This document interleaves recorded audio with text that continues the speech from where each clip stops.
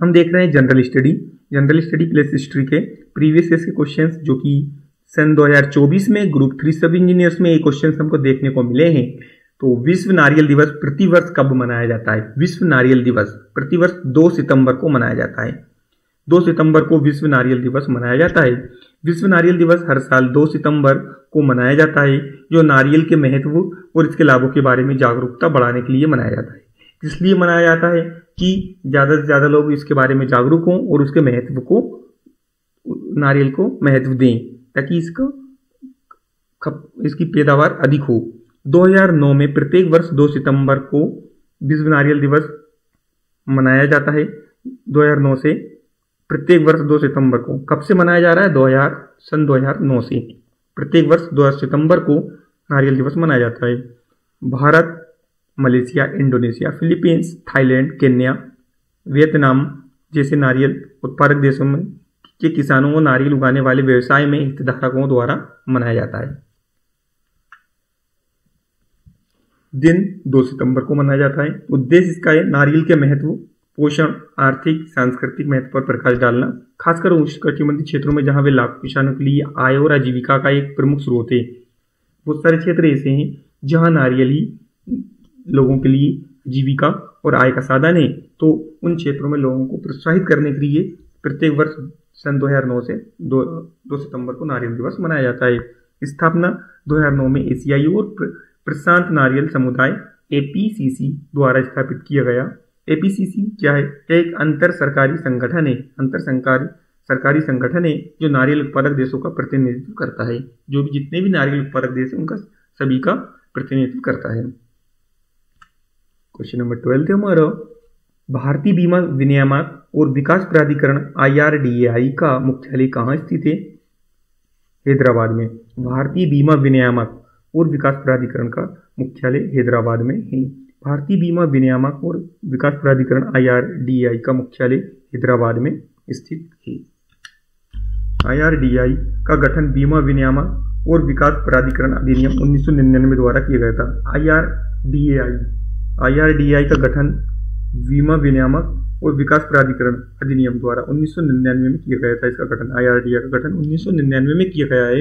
इसका उद्देश्य क्या है? IRDAI का मुख्य उद्देश्य भारत में बीमा और पुनर्बीमा उद्योगों को विनियमित और बढ़ावा देना। क्षेत्रीय कार्यालय IRDAI के क्षेत्रीय कार्यालय मुंबई और नई दिल्ली में है। इसके क्षेत्रीय कार्यालय, मेन जो ऑफिस है इसके मुंबई और नई दिल्ली में है। स्थानांतरण IRDAI का मुख्यालय 2001 में दिल्ली से हैदराबाद स्थानांतरित हुआ था। अब कहाँ गया? हैदराबाद में। 2001 में दिल्ली से हैदराबाद स्थानांतरित हुआ था।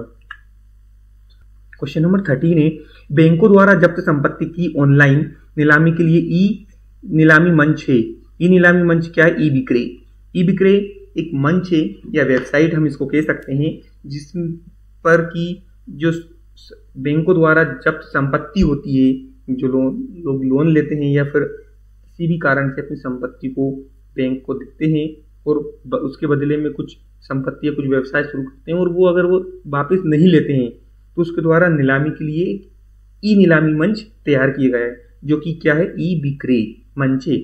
इस पोर्टल का उद्देश्य भारत में बैंकों द्वारा ई नीलामी के लिए उपलब्ध संपत्ति के प्रकार, किस प्रकार की संपत्ति है, स्थान उसका कहाँ पर नीलामी हो रही है, आधार पर खोज द्वारा जानकारी तक पहुंच के माध्यम से उपयोगकर्ता को अनुभव को बढ़ावा देना है, ताकि कोई अगर उसको खरीदना चाहे तो वो उसको आसानी हो। तो इसलिए ई बिक्रे एक मंच बनाया गया सरकार द्वारा, जो कि बैंकों द्वारा संपत्ति की ऑनलाइन नीलामी के लिए ई नीलामी मंच है।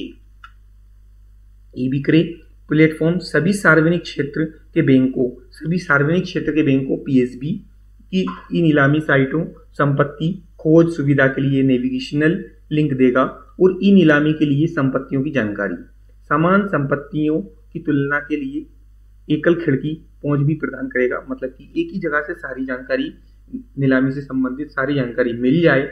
इसमें अपलोड की गई संपत्तियों की वीडियो और फोटो भी होते हैं, ताकि लोग उनको ऑनलाइन ही देख सकें। इसके लिए परेशान ना हो। इस प्लेटफॉर्म की मदद से खरीदार एक अधिसूचित संपत्ति का चयन करने के बाद आसानी से बैंक ई नीलामी साइट पर जा सकते हैं। उपयोगकर्ता राज्यवार, जिलावार, बैंकवार विवरण का उपयोग करके भी खोज सकते हैं। फिल्टर लगा कर कि इस जिले में ही चाहिए उसको, या बैंक वार इस बैंक के ही द्वारा चाहिए, किसी बैंक के नाम से या उसके विवरण के द्वारा वो खोज सकता है।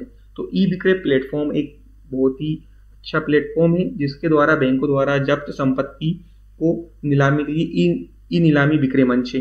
ई नीलामी मंच है ई विक्रय, जिसके माध्यम से बैंकों द्वारा खरीदी गई संपत्ति को आसानी से इंसान कोई भी व्यक्ति खरीद सकता है चाहे तो।